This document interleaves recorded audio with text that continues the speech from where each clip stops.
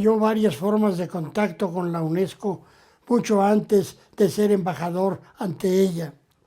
Tuve relaciones porque participé en proyectos con la UNESCO, como ese proyecto de historia de América Latina, por ejemplo. Tuve también otras relaciones de consulta que me hicieron. Yo traté también bastante a Jaime Torres Bodet y seguí su trayectoria cuando fue director general de la UNESCO. Supe por qué renunció él. Él renunció ante la negativa de Estados Unidos de apoyar económicamente en forma más decidida a la UNESCO y al ver que no tenía recursos optó por renunciar.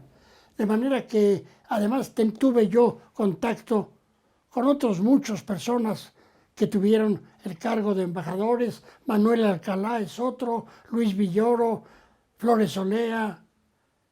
Muchas relaciones tuve, de manera que es difícil decir cuál fue la primera. Torres Bodet era un humanista que sirvió a México en varios cargos muy importantes. Fue secretario de Educación Pública, fue secretario de Relaciones Exteriores. Jaime Torres Bodet tenía una pluma magnífica, viajó a Europa varias veces, escribió sus memorias de sus viajes, era un espíritu muy fino. Torres Bodet, por ejemplo, era ministro de Educación con el presidente López Mateos cuando se acordó la construcción del Museo Nacional de Antropología en Chapultepec.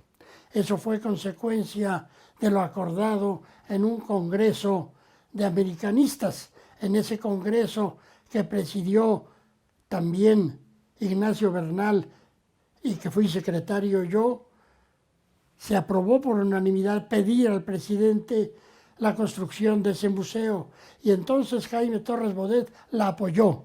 Hay una inscripción muy grande a la entrada con palabras de él y de hecho el auditorio principal tiene su nombre. Repito, fue un gran escritor, miembro de la Academia de la Lengua, fue un gran servidor de México en educación pública y también en relaciones exteriores. Y como director general de la UNESCO, yo creo que se entregó plenamente, es decir, México tiene este atributo.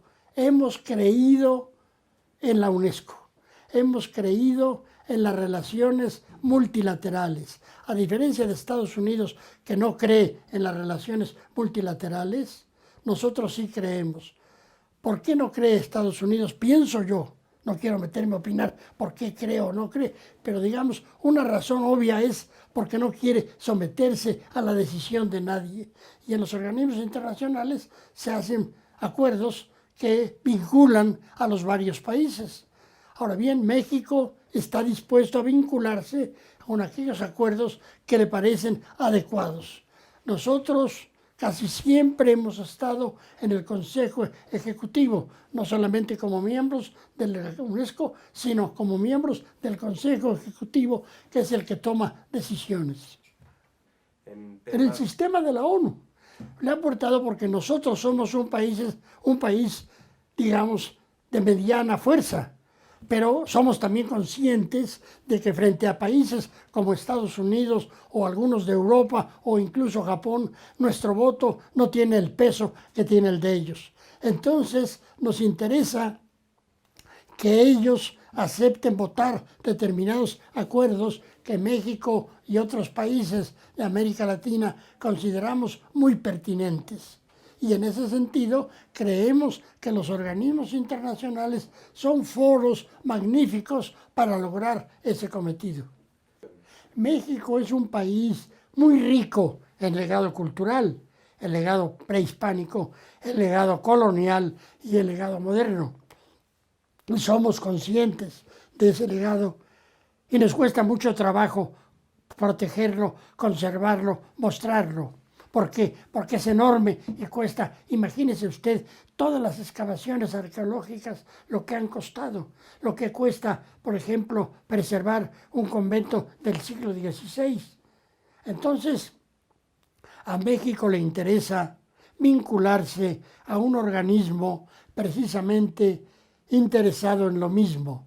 Ese organismo es el Comité del Patrimonio Cultural de la Humanidad. Ese organismo es independiente de la UNESCO en cierto modo, aunque funciona en relación estrecha con ella.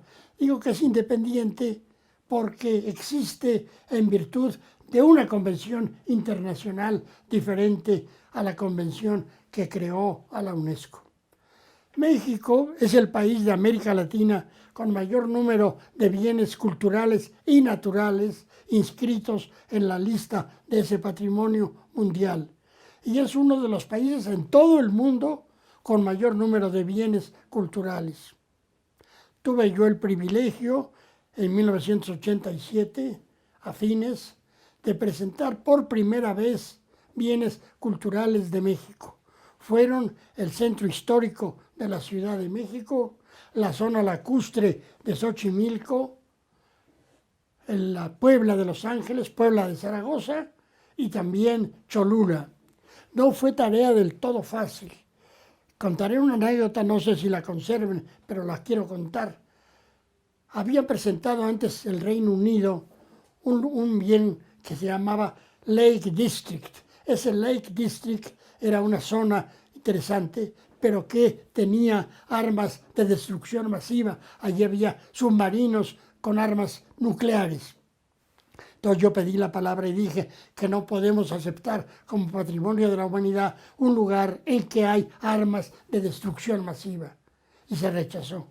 Esto molestó muchísimo al delegado británico y también al representante de la UNESCO, Monsieur Precieux. Cuando me tocó hablar a mí, presentando a México la zona lacustre y el centro histórico, se levantaron los dos y dijeron: queremos saber si el gobierno mexicano es capaz de proteger los bienes que quiere inscribir. Yo respondí: pido a los señores que retiren lo que están diciendo, porque ellos no tienen por qué preguntarme si el gobierno de México es capaz o no es capaz. Desde el momento que está presentándolos, quiere decir que los va a proteger. Les ruego que retiren su pregunta. La retiraron. Y salimos adelante. Después yo me hice amigo de Monsieur Precieux. Nos regalamos libros, comimos juntos, ya terminó la cosa. Pero fíjese cómo hubo esa pregunta, ¿eh? De hecho, el centro histórico llegó a llenarse de tenderetes, de ambulantes, y que el lago Xochimilco ha estado en épocas críticas, los canales sucios, cegados, en fin, de manera que cierta razón tenían estos al objetar. Luego me tocó participar ya en otras acciones, algunas muy interesantes, por ejemplo, esta de las misiones de la Sierra Gorda.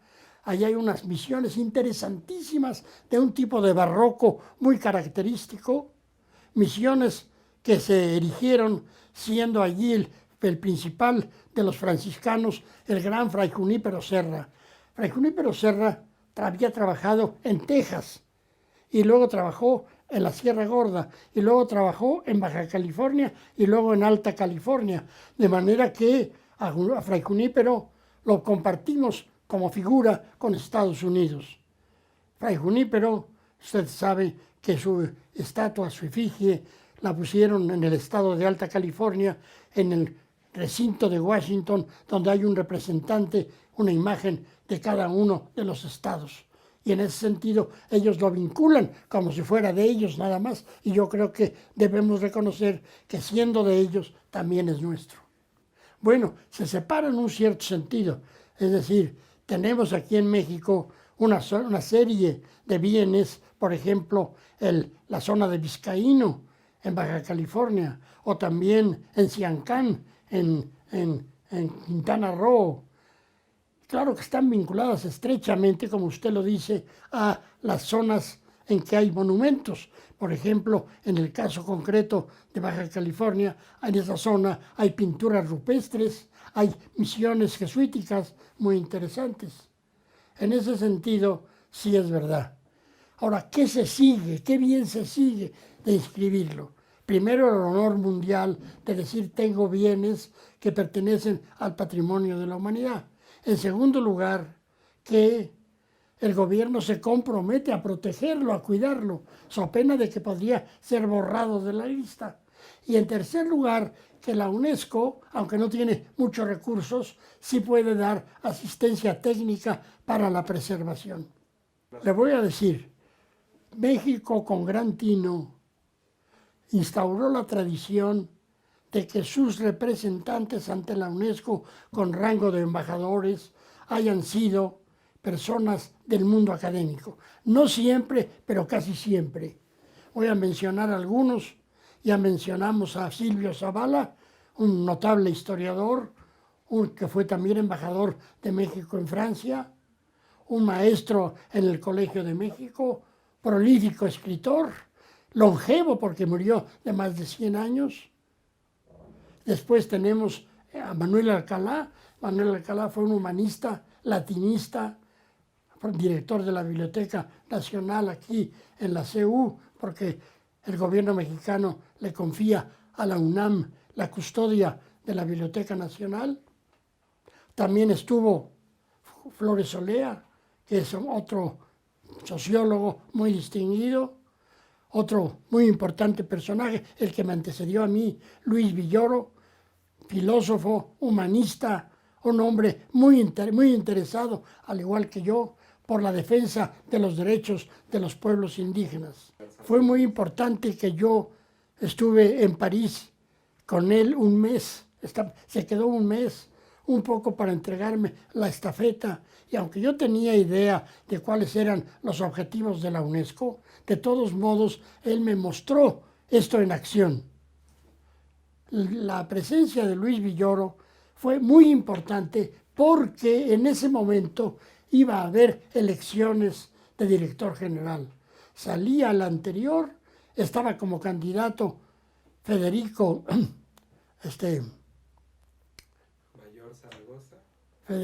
Mayor Zaragoza, estaba como candidato el español Federico Mayor Zaragoza. Curiosamente, como él era del Partido Popular, no lo apoyaba el gobierno de España. Pero Argentina y México nos convertimos en sus adalides. Lo presentamos, no se religió el anterior director y fue elegido él.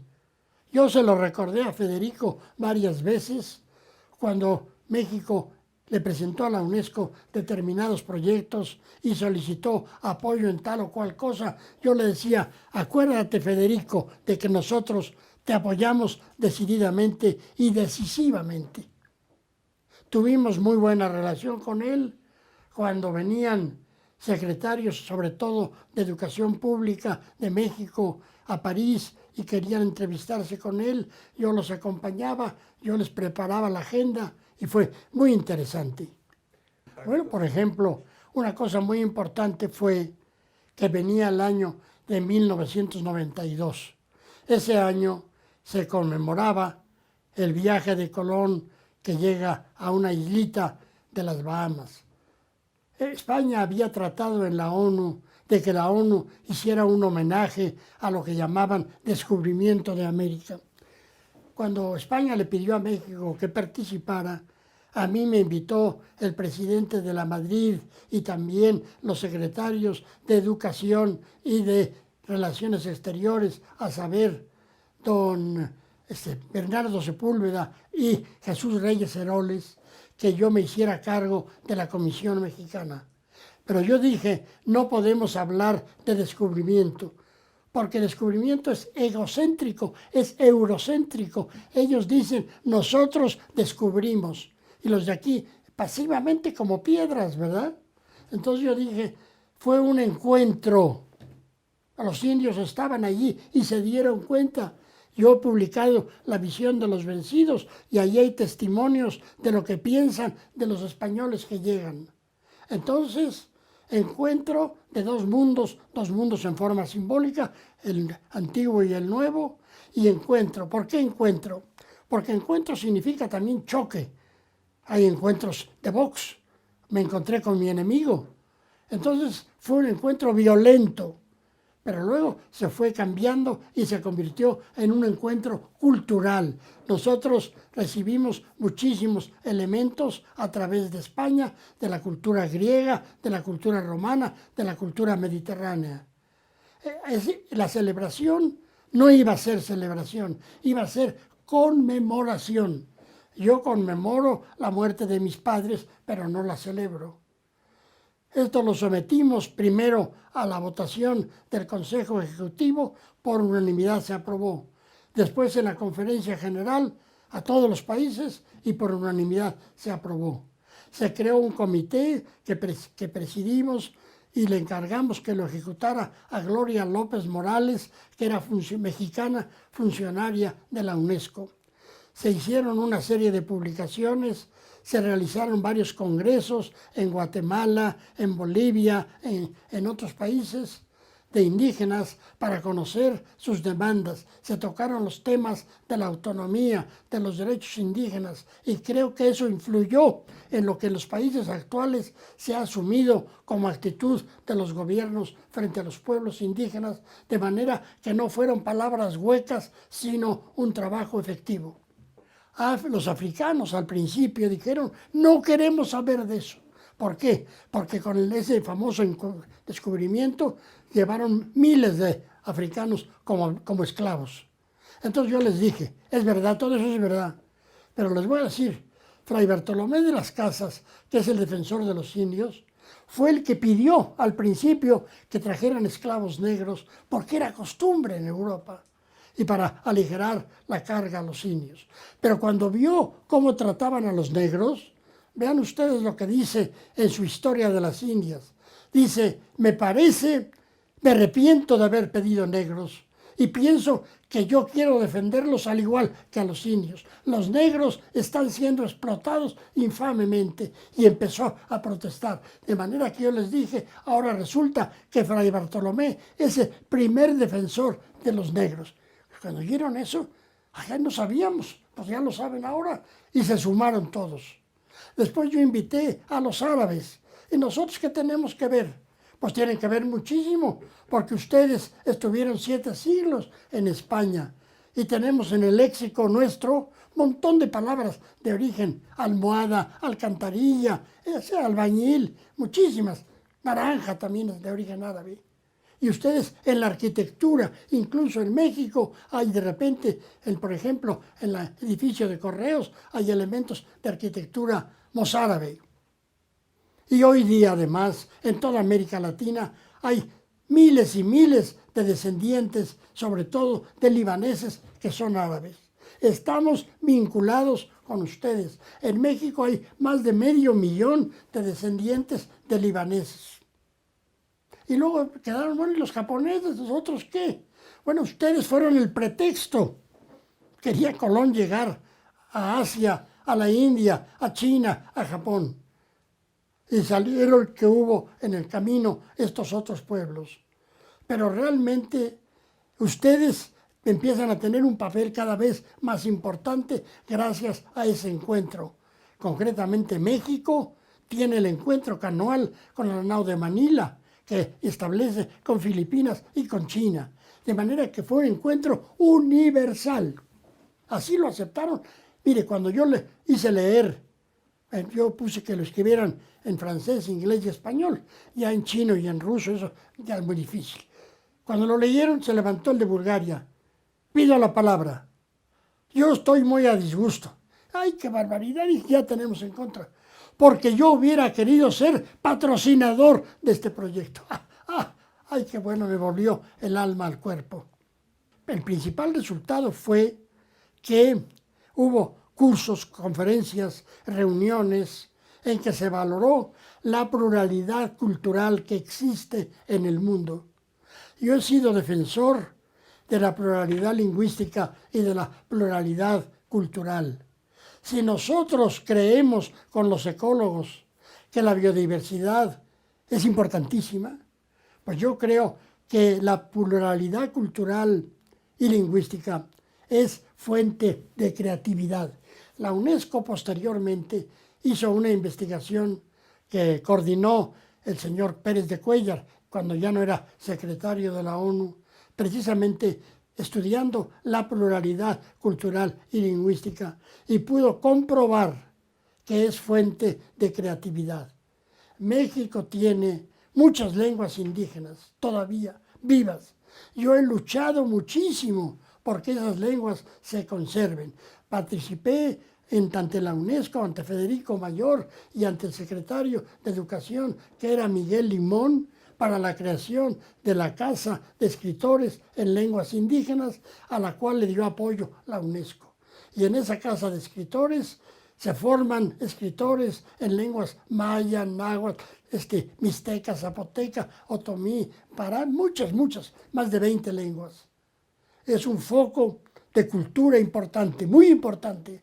Hay gente que dice, ¿y para qué quiere los dialectos esos? No son dialectos, son lenguas. Y cada lengua es como un faro, una perspectiva, una atalaya para pensar el mundo. Cuando muere una lengua, la humanidad toda se empobrece. Entonces, fue un proyecto interesantísimo que contamos con el apoyo de la UNESCO, fruto también de las ideas de 1992 del encuentro de dos mundos. Hubo antropólogos de varios países, hubo representantes de grupos indígenas, hasta de Canadá, de Estados Unidos, de América del Sur. Y lo importante fue que se reconociera que justamente la pluralidad lingüística y cultural es una riqueza, tanta riqueza como la pluralidad biológica. Los biólogos, por ejemplo, se preocupan si una especie animal o vegetal está en peligro de extinción, pues nosotros nos preocupamos igualmente o más, puesto que tiene que ver con el ser humano. Y ahí se declaró precisamente eso, que esa pluralidad, que esa riqueza cultural debe protegerse, debe cuidarse, debe difundirse. Y yo creo que a partir de entonces sí hemos avanzado en eso. Si hoy día ya en una reunión pública nadie se atrevería a decir que ojalá que se mueran las lenguas. Nadie se atrevería, porque sería una cosa, sería un genocidio casi. Yo estuve en Guadalajara, en el Hospicio Cabañas, donde se celebró esa primera cumbre iberoamericana que luego ha tenido otras. Bueno, en esa cumbre a la que asistieron gentes muy interesantes, Fidel Castro estuvo allí, jefes de Estado, estaba Felipe González. Fue una cumbre en que se discutió muchas cosas, pero estuvo presente el tema de las lenguas. España tiene ese tema también. En España se habla catalán, vasco, gallego y unas variantes. El valenciano, por ejemplo, los valencianos dicen que no es lo mismo el valenciano que el catalán. Entonces, es algo que concierne, imagínese usted, en Brasil la cantidad de lenguas de los selvícolas, en Estados Unidos muchas, en Perú, en Bolivia, es decir, únicamente está Uruguay sin población indígena. Y los del Caribe, porque desaparecieron los indígenas, pero en cambio quedó población negra. Yo creo que eso que en Chiapas y con el quinto centenario ha ido teñiendo prácticamente todas las reuniones internacionales. Ya hoy día es una verdad sabida que al igual que la biodiversidad que debe ser protegida, la diversidad cultural y lingüística son riqueza de la humanidad.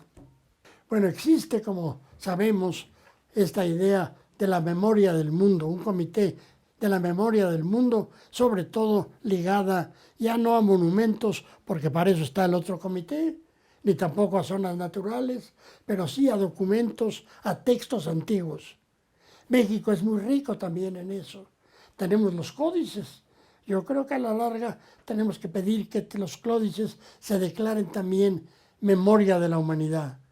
Fuera del viejo mundo, somos la única tierra que tuvo libros, la única tierra en que se desarrolló una escritura completa entre los mayas, en menor escala entre los nahuas, entre los mixtecos.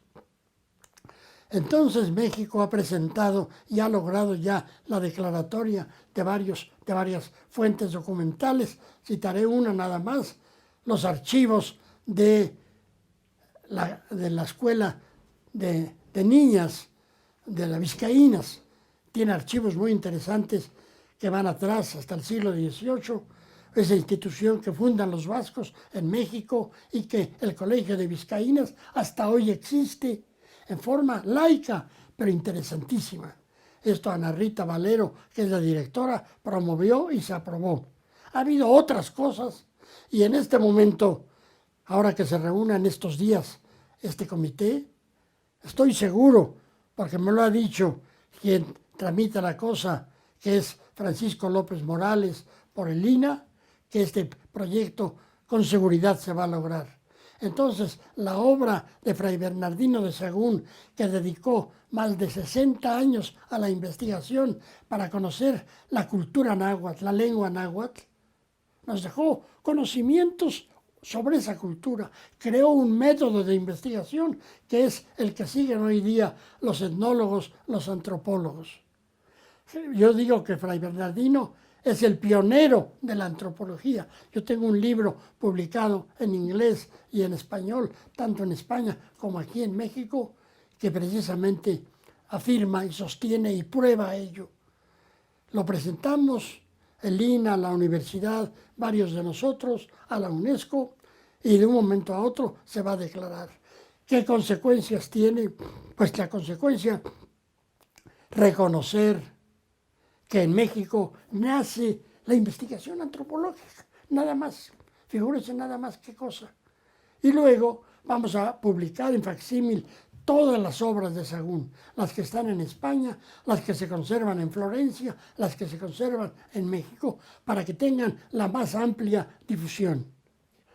Yo creo que es muy importante el patrimonio inmaterial, el mundo de las canciones, el mundo de tantas cosas que no podemos tocar, pero que existen.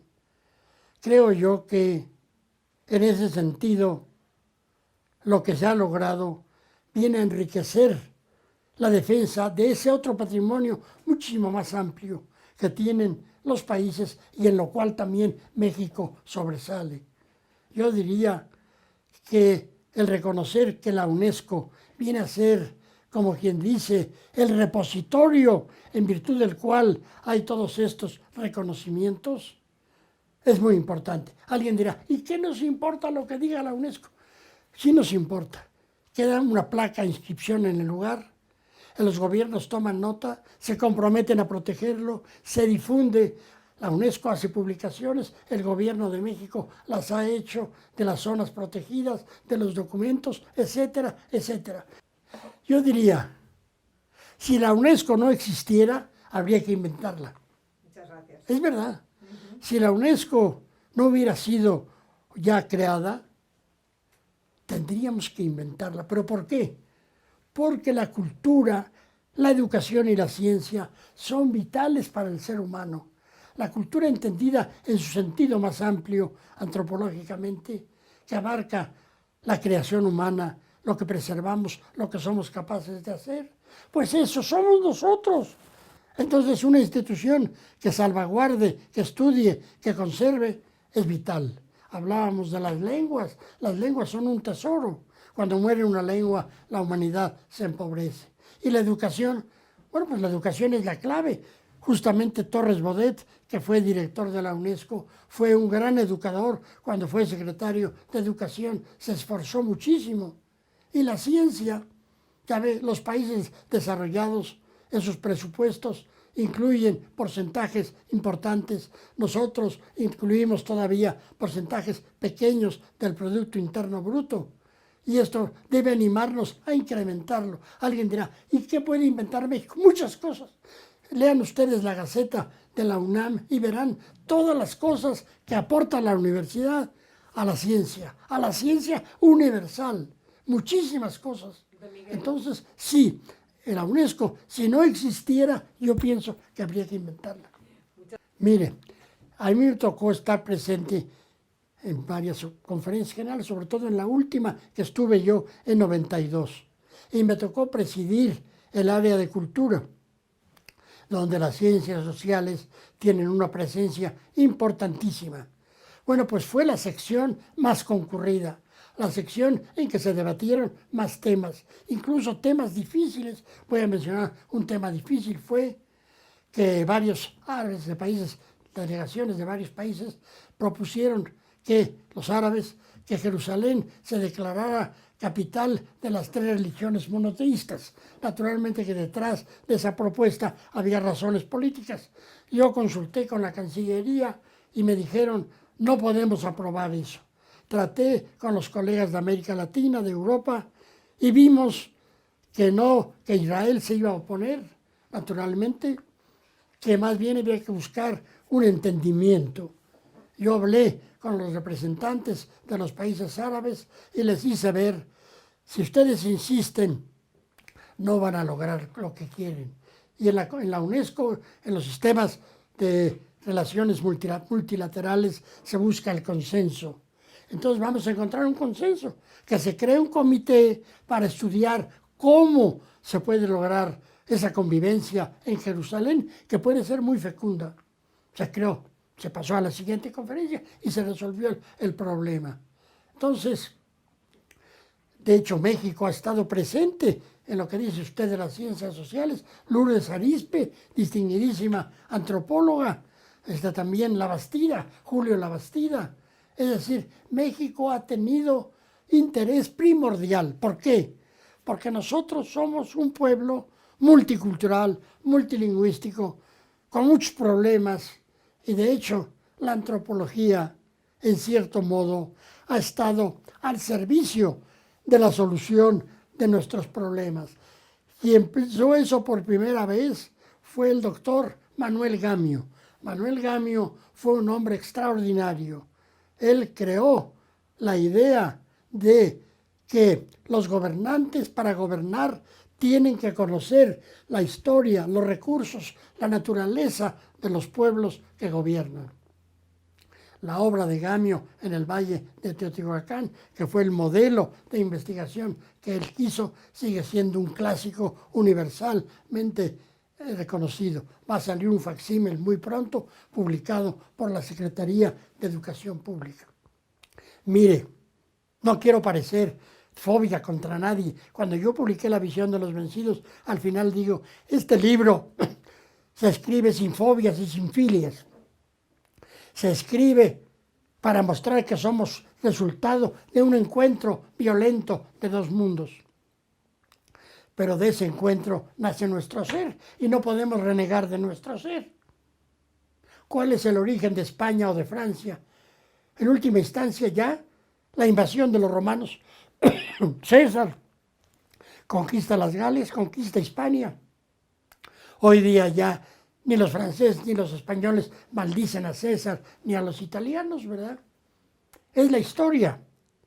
Alejandro Magno hace conquistas tremendas y es como un héroe, nadie lo maldice. Si vemos cómo cambia la humanidad, veremos que la humanidad se ha desarrollado a través de guerras de conquista. Y en eso los europeos han distinguido mucho. Por eso decía que puede haber países a los que no les guste. Por ejemplo, el reparto de África fue siniestro en el siglo XIX, como quien compra un pastel en una pastelería. Yo quiero hasta aquí me dan, ¿verdad? Yo creo que son obras de catarsis. Sí, hay una visión de los vencidos. Los pueblos de África, me acuerdo haberle oído a Federico Mayor que decía, miren, ustedes latinoamericanos, los africanos me dicen, quisiéramos ser como los latinoamericanos. Ellos lucharon por su independencia. A nosotros, los europeos, nos la regalaron porque pensaron que ya en esa forma no les servíamos. De todos modos, seguirían controlando nuestras economías, pero ¿para qué gastaban en una administración? Qué terrible visión de los vencidos. Y los europeos pues, se metieron en la India, en varias guerras con China. Japón se cerró y no los dejó entrar. Toda Asia fue invadida en diversas formas. Sí creo yo que podría escribirse la visión de los vencidos. Y tal vez la UNESCO, como ha escrito, publicado en 2 ocasiones ya una historia universal, con la participación de autores de los respectivos países, podría pensar en ello, no para hacer fobias horribles, no, para hacer catarsis, para que, digamos, decirles a los europeos, ahora vamos a tener formas de colaboración nuevas y ustedes tienen una responsabilidad con nosotros, porque ustedes, digamos, estuvieron presentes y se aprovecharon de nuestros recursos por varios siglos. Ya no tenemos fobia. Yo decía hace un rato, cuando presenté el proyecto del encuentro de dos mundos en la UNESCO que se conmemorara, los africanos dijeron no. Nosotros fuimos llevados como esclavos. ¿Cómo vamos a conmemorar eso? Yo les dije, es verdad, ustedes fueron llevados como esclavos. Pero los europeos ya los llevaban desde antes, no fue invento. Y podía haber añadido algo que ya no les gustaba a los africanos. Y ustedes colaboraron porque hacían guerras internas y acercaban a los esclavos para que los portugueses y los holandeses los compraran. Es verdad, ellos hacían guerras tribales y llevaban presos y esos los llevaban como esclavos. Pero les dije, Fray Bartolomé de las Casas, que fue el primero que propuso llevar esclavos a América, cuando ve cómo los tratan, escribe él en su Historia de las Indias, vi que los trataban igual de mal o peor que a los indios y me arrepentí. Y entonces ahora yo lucho por ellos. Y se movió ante Carlos V para defender a los negros. De manera que yo les dije, a ustedes, señores africanos, Fray Bartolomé, al igual que para los indios, fue protector. Ay, no sabíamos. Y votaron todos unánimemente por la cuestión del encuentro de dos mundos. Pues sí. Pero yo creo que yo traté de servir a México y a América Latina. Yo presidí el GRULAC en 2 ocasiones. En general, trabajamos bien, aunque siempre había algunas voces de disidencia, ¿no? Ya no quiero citar nombres porque no es el caso, pero había disidencias. Yo procuré, por ejemplo, un problema que teníamos era que los países del Caribe, sobre todo anglófonos, siempre pretendían una mayor hegemonía dentro del grupo. Incluso llegaron a pensar que se constituirían en un grupo aparte, pero no, porque era pequeño. Además, yo digo que en el Caribe hay países importantes de habla española, Cuba, Santo Domingo, Puerto Rico, muy importantes. No hay ningún país anglófono en el Caribe que se pueda comparar con Cuba o con Santo Domingo, bueno, Haití un poco, pero con Cuba ninguno. Y entonces ellos a veces nos contrariaban. Pero bueno, logramos, yo me acuerdo que logré mucho con el representante de Jamaica, que era un inglés en el fondo. Yo le decía, ¿usted desciende de los colonos que tenían aquí a los esclavos? No, era claro que sí, ¿no?